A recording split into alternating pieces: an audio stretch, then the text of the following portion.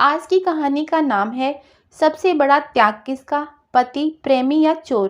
कहानी शुरू करने से पहले आप सभी से अनुरोध है कि जल्दी से हमारे इस चैनल को सब्सक्राइब कर लें और बेल आइकन को भी प्रेस कर दें ताकि हमारे सारे वीडियोस आप तक तुरंत पहुंच सकें। तो चलिए शुरू करते हैं आज की कहानी। बेताल विक्रम के कंधे से उड़ गया और विक्रम बेताल को पकड़ने के लिए उसके पीछे दौड़ने लगा। बेताल उड़कर वापस शमशान में उसी पेड़ पर उल्टा लटक गया। विक्रम भी दौड़ते हुए शमशान में पहुंच गया। दोनों के बीच फिर मल्लयुद्ध हुआ। विक्रम ने बेताल को काबू कर लिया और अपने कंधे पर डालकर फिर से तांत्रिक की ओर चल दिया। बेताल बोला, अरे तू फिर आ गया, फिर मुझे उठा के ले चल रहा है। अरे तू नहीं मानेगा, बड़ा जिद्दी है, मगर मेरी एक शर्त याद रखना, बोलना कुछ नहीं। हाँ तो सुन एक कहानी। अनंगपुर नगर का नाम तो तूने सुना होगा। अरे बड़ी सुंदर नगरी है, चारों तरफ तालाब बगीचे। वहीं घूमते हुए धर्मदत्त नामक लड़के ने एक सुंदरी को देखा। उस सुंदरी का नाम मदन सेना था।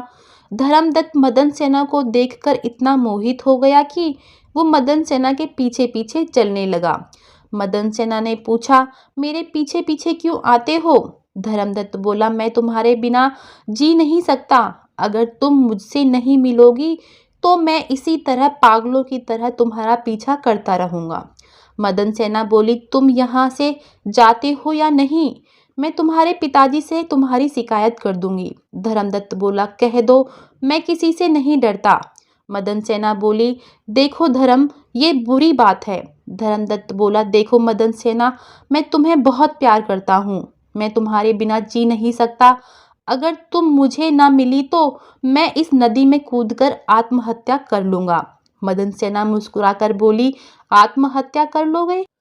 अगर मैं ना मिली तो तुम किसी और के पीछे पीछे भागोगे? धर्मदत्त बोला, नहीं मदन सेना, अगर तुम मुझे नहीं मिली तो मैं वाकई इस नदी में कूदकर आत्महत्या कर लूंगा। मदन सेना बोली, देखो बेकार की बातें छोड़ो। धर्मदत्त बोला, तुम्हें ये बेकार की बातें लग रही हैं? मैं जा रहा हूँ आत्महत्या करने। मैं जा रहा हूँ मदन सेना, मैं नदी में कूदने जा रहा हूँ। मदन सेना बोली, ठीक है, तैर कर जल्दी निकल आना। धर्मदत्त बोला, मदन सेना, तुम जानती हो मुझे तैरना नहीं आता। ये बोलकर धर्मदत्त नदी में कूद गया और पानी में डूबने लगा। ये देखकर मदन सेना घबरा गई और धर्मदत्त को बचाने के लिए नदी में कूद गई। मदन सेना ने तैरकर धर्मदत्त को नदी से बाहर निकाल लिया। मदन सेना बोली, अगर डूब के मर जाते तो? धर्मदत्त बोला, मैं मरने के लिए ही कूदा था। मदन सेना बोली, मूर्ख हो तुम। धर्मदत्त बोला, मैं तुमसे बहुत प्रेम करता हूँ और तुम्हारे बगैर जी नहीं सकता। मदन सेना बोली, मैं आवेश में आकर आत्महत्या करने वालों से बात नहीं करना चाहती, उसका मुंह नहीं देखना चाहती। धर्मदत्त बोला, तुम अभी बहुत गुस्से में हो ना? मैंने तुम्हें बहुत कष्ट दिया, मेरे कारण तुम्हें नदी में कूदना पड़ा, लेकिन मैंने तो तुम्हें कूदने के लिए नहीं कहा था। तुमने मुझे क्यों बचाया? मदन सेना बोली, ये धर्म की बात है। तुम्हारे सामने अगर कोई डूब रहा हो तो उसके प्राणों को बचाने का प्रयत्न हर मनुष्य को करना चाहिए। धर्मदत्त बोला, धर्म प्रेम भी तो हो सकता है। मदन सेना बोली, मैं जा रही हूँ। धर्मदत्त बोला, रुक जाओ मदन सेना, मैं तुमसे बहुत जरूरी बात करना चाहता हूँ। मदन सेना बोली, मैं तुमसे कोई बात नहीं करना चाहती। धर्मदत्त बोला, मैं पूर्णिमा की रात तुम्हारा इंतजार करूंगा। मदन सेना बोली, मैं नहीं आऊंगी। धर्मदत्त बोला, अगर तुम नहीं आओगी ना तो दूसरे दिन नगर में फैला हुआ एक समाचार सुनोगी कि धर्मदत्त नामक युवक का शव नदी में तैरता हुआ मिला और इस बार मुझे बचाने वाला कोई नहीं होगा मदन सेना। मदन सेना बोली, मैं नहीं आऊंगी। ये कहकर मदन सेना वहां से चल दी। उसी समय मदन सेना के घर एक व्यापारी अपनी पत्नी और अपने बेटे के साथ मदन सेना के घर शादी की बात करने आए और मदन सेना के माता पिता से बोले कि हम अपने बेटे समुद्रदत्त के लिए आपकी सुपुत्री मदन सेना का हाथ चाहते हैं। मदन सेना के पिता ने कहा, मेरे अहोभाग्य, आप बैठिए, मैं मदन सेना को बुलाता हूँ। तब मदन सेना के पिता ने उसकी माता से कहा, ये मदन सेना को देखने आए हैं, उसको जल्दी तैयार करो। माता बोली, लेकिन मदन सेना तो घर पर नहीं है। कहीं बाहर गई है। पिता ने कहा तो जल्दी बुलाओ उसे। तब मदन सेना की माता ने पड़ोस में मदन सेना की सहेली पद्मा को कहा, जा जल्दी देख तो मदन सेना कहाँ है। शायद बाग की तरफ गई होगी, उसे देखने कोई लड़का आया है। पद्मा मदन सेना को बुलाने बाग की ओर दौड़ पड़ी। पद्मा को मदन सेना रास्ते में आती हुई मिली। पद्मा बोली, मदन सेना तो इतनी भीग कैसे गई। मदन सेना बोली, बस ऐसे ही, चल घर चलते हैं। पद्मा बोली, चल, घर पर सब तेरा इंतजार कर रहे हैं, चल जल्दी। उधर लड़के के पिता ने मदन सेना के पिता को कहा कि समुद्रदत्त के दादा तीर्थ यात्रा पर जा रहे हैं, तो वो जाने से पहले समुद्रदत्त को विवाहित देखना चाहते हैं, इसलिए आज ही सगाई की रीत हो, कल गणेश पूजा और परसों विवाह करना है। मदन सेना के पिता ने कहा, ये कैसे संभव है। लड़के के पिता ने कहा, जैसे भी हो इस असंभव को संभव ही करना पड़ेगा, उसके बिना काम नहीं चलेगा। लड़के की माता बोली, पर हमारे होने वाली बहू है कहाँ, दिखाई नहीं देई अभी तक। मदन सेना की माता बोली, आती ही होगी। तभी वहां मदन सेना आ गई। मदन सेना की माता बोली, अरे तू कहाँ गई थी, इतनी भीग कैसे गई। मदन सेना बोली, नदी में पैर फिसल गया था। उसी समय समुद्रदत्त और मदन सेना की लगन सगाई कर दी गई और फिर दोनों का विवाह भी हो गया और मदन सेना विदा होकर समुद्रदत्त के घर आ गई। वो पूर्णिमा का ही दिन था।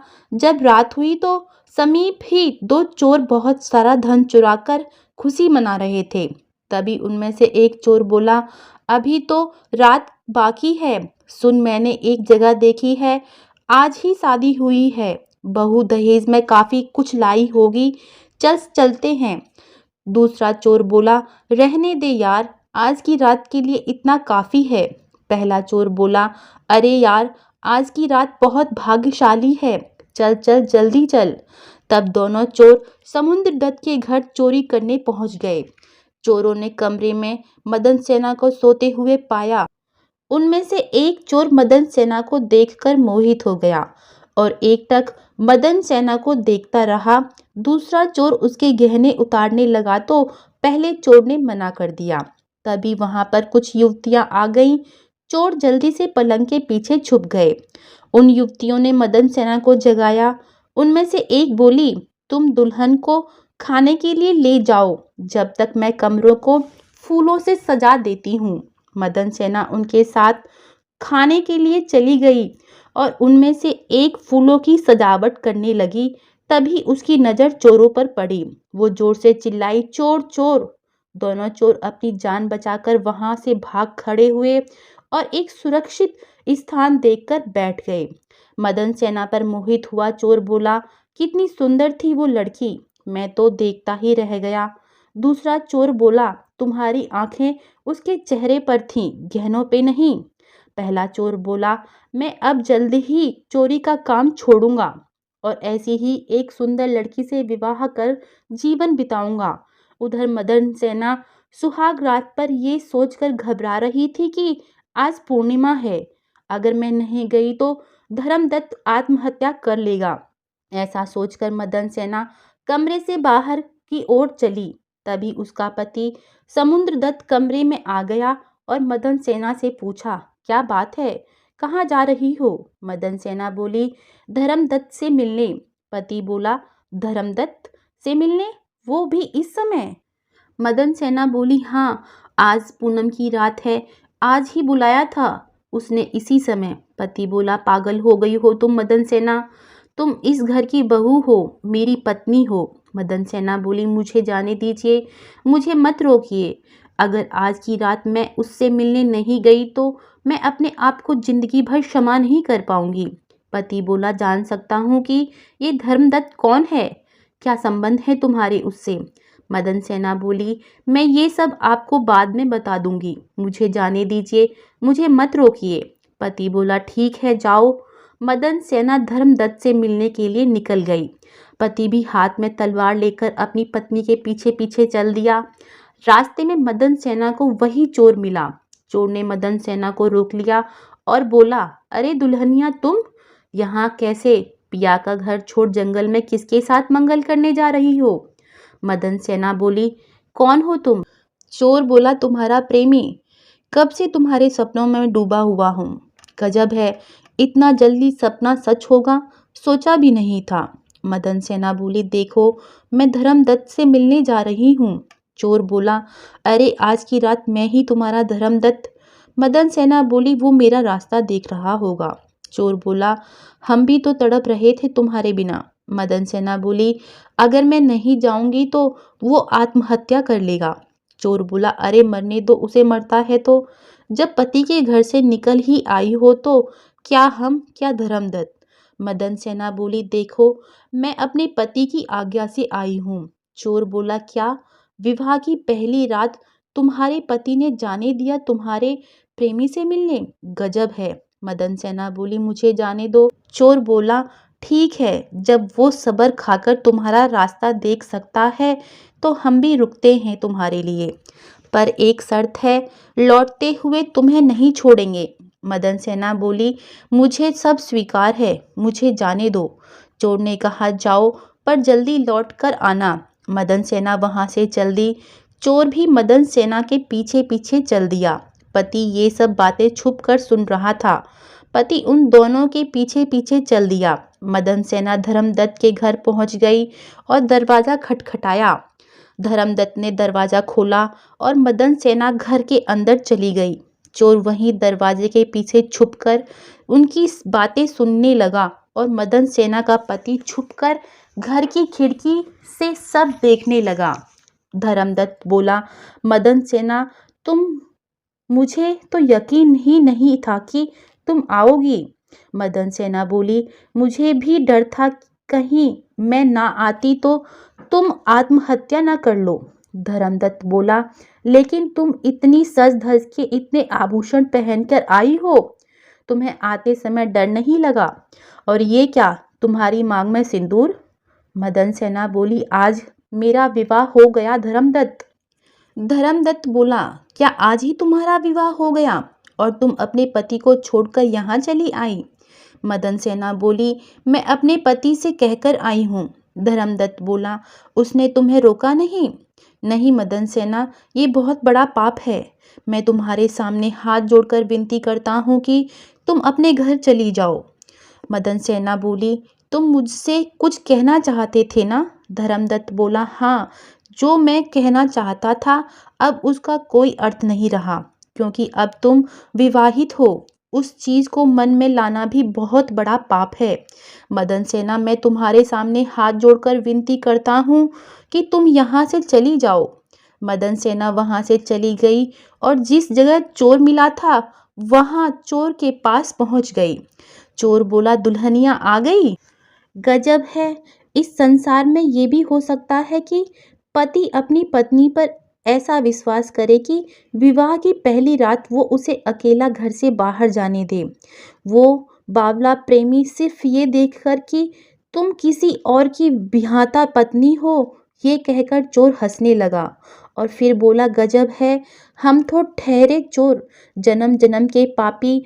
हमारी नज़र तो हमेशा पराये धन पर ही पड़ी, गहने हो या स्त्री या संपत्ति। तुम जाओ जाओ, तुम पर सुनो, तुम बहुत सुंदर हो।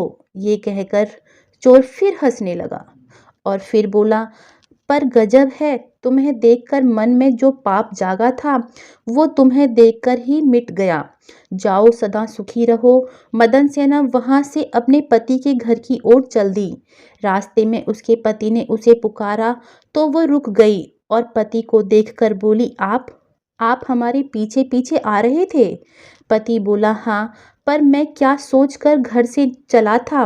सचमुच मुझे पता नहीं था तुम इतनी निश्चल और इतनी पवित्र हो। इतनी दया है तुम्हारे मन में। बेताल बोला। इस तरह विवाह की पहली रात को मदन सेना अपने दिए हुए वचन को पूरा करके अपने पति के पास वापस लौट आई। इस कहानी में तीनों ने त्याग किया है, पति ने, प्रेमी ने, चोर ने। अब बता विक्रम, इन तीनों में त्याग किसका बड़ा? बोल विक्रम बोल, बता, बड़ा त्यागी कौन? विक्रम बोला, चोर सबसे बड़ा त्यागी है, उसे किसी का डर नहीं था। स्वयं मदन सेना उसके वश में थी, वो चाहता तो आसानी से उसके आभूषण और स्वयं मदन सेना को भी प्राप्त कर सकता था, लेकिन उसने त्याग किया। समुद्रदत्त ने मदन सेना की इच्छा देखकर त्याग किया और धर्मदत्त ने उसे पराई स्त्री जानकर त्याग किया। लेकिन चोर के त्याग का कोई कारण नहीं था। उसने तो सब कुछ पाकर भी त्याग किया, इसलिए चोर का त्याग सबसे बड़ा है। बेताल बोला, ठीक कहा। स्वार्थ, लालच, भय और यश कमाने के लिए जो त्याग किया जाता है वो असली त्याग नहीं विक्रम। ठीक कहा तुमने, निस्वार्थ त्याग ही असली त्याग है। कहा तो ठीक, पर कहा क्यों? अरे, तू बोला और मैं चला, मैं ये चला। इतना कहकर बेताल विक्रम के कंधों से उड़ गया। विक्रम बोला, बेताल मैं तुझे नहीं छोड़ूंगा, मैं तुझे नहीं छोड़ूंगा। विक्रम फिर बेताल को पकड़ने के लिए उसके पीछे दौड़ने लगा। बेताल हवा में उड़ते हुए विक्रम से बोला, विक्रम यहाँ से भाग जा, मेरा पीछा छोड़ दे, मैं तेरे बस में आने वाला नहीं हूँ। जिसने तुझे मेरे पीछे लगाया है वो महाधूर्त है। यह बोलता हुआ बेताल वहां से उड़कर चला गया और विक्रम फिर से उसका पीछा करने लगा। आज की कहानी आपको कैसी लगी? कृपया कमेंट करके जरूर बताएं और ऐसी ही प्रेरक कहानियां सुनने के लिए हमारे इस चैनल को सब्सक्राइब करें और वीडियो के डिस्क्रिप्शन में हमारे टेलीग्राम ग्रुप का लिंक है, वहां से आप हमारा टेलीग्राम ग्रुप जरूर ज्वाइन करें। आप सभी का बहुत बहुत धन्यवाद।